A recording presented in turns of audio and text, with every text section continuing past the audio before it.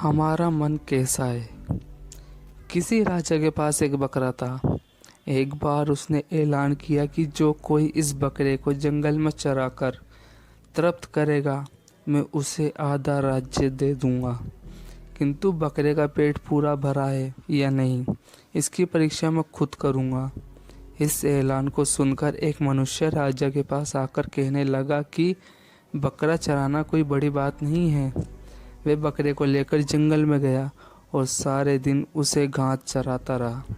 शाम तक उसने बकरे को खूब घास खिलाई और फिर सोचा कि सारे दिन इसने इतनी घास खाई है, अब तो उसका पेट भर गया होगा, तो अभी इसको राजा के पास ले चलूं। बकरे के साथ वह राजा के पास गया। राजा ने थोड़ी सी हरी घास बकरे के सामने रखी तो बकरा उसे खाने लगा। इस पर राजा ने उस मनुष्य से कहा कि तूने उसे पेट भर खिलाया ही नहीं, वरना वे घास क्यों खाने लगता। सभी ने बकरे का पेट भरने का प्रयत्न किया, किंतु जो ही दरबार में उसके सामने घास डाली जाती तो वे फिर से खाने लगता। एक विद्वान ब्राह्मण ने सोचा, इस ऐलान का कोई तो रहस्य है, तत्व है, मैं युक्ति से काम लूँगा। वह बकरे को चराने के लिए ले गया। जब भी बकरा घास खाने के लिए जाता तो वह उसे लकड़ी से मारता। सारे दिन में ऐसा कई बार हुआ। अंत में बकरे ने सोचा कि यदि मैं घास खाने का प्रयत्न करूँगा तो मार खाना पड़ेगी। शाम को वह ब्राह्मण बकरे को लेकर राज दरबार में लौटा। बकरे को तो उसने बिल्कुल घास ही नहीं खिलाई। फिर भी राजा से कहा, ने इसको भरपेट खिलाया है, अतः ये अब बिल्कुल घास नहीं खाएगा। लो कर लीजिए परीक्षा।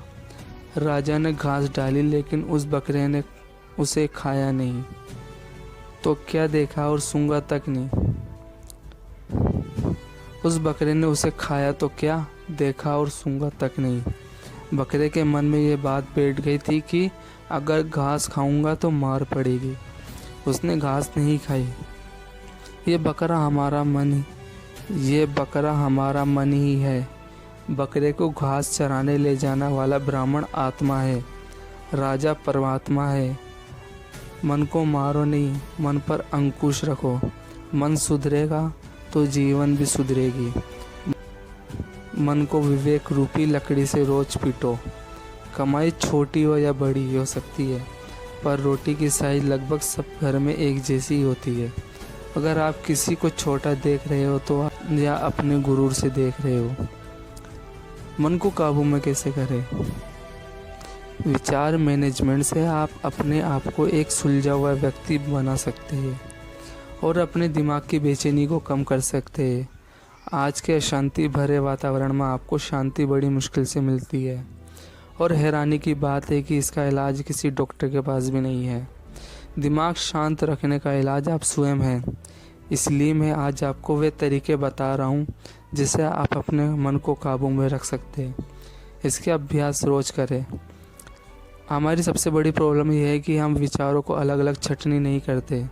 हम जैसे विचार आते वैसे हमारे दिमाग में एक कोने में रखते जाते हैं, बिना उसकी छटनी किए, बिना उसकी छटनी किए, जिससे हमारा दिमाग में मन बन जाता है कबाड़। जिससे हमारा दिमाग में मन बन जाता है कबाड़। फिर उसमें से नकारात्मक के अलावा कुछ भी नहीं निकलता। हमारे ज़्यादातर समय बीती बातों को याद करने में, विश्लेषण करने या फिर भविष्य के प्रोग्राम बनाने में निकल जाता है। वर्तमान में हम जीते कहाँ हैं? एक बात ध्यान रखना दोस्तों कि जो बीत गया है वह वापस नहीं आ सकता। भविष्य का हमें कुछ पता नहीं और हम वर्षों की प्लानिंग करते रहते हैं।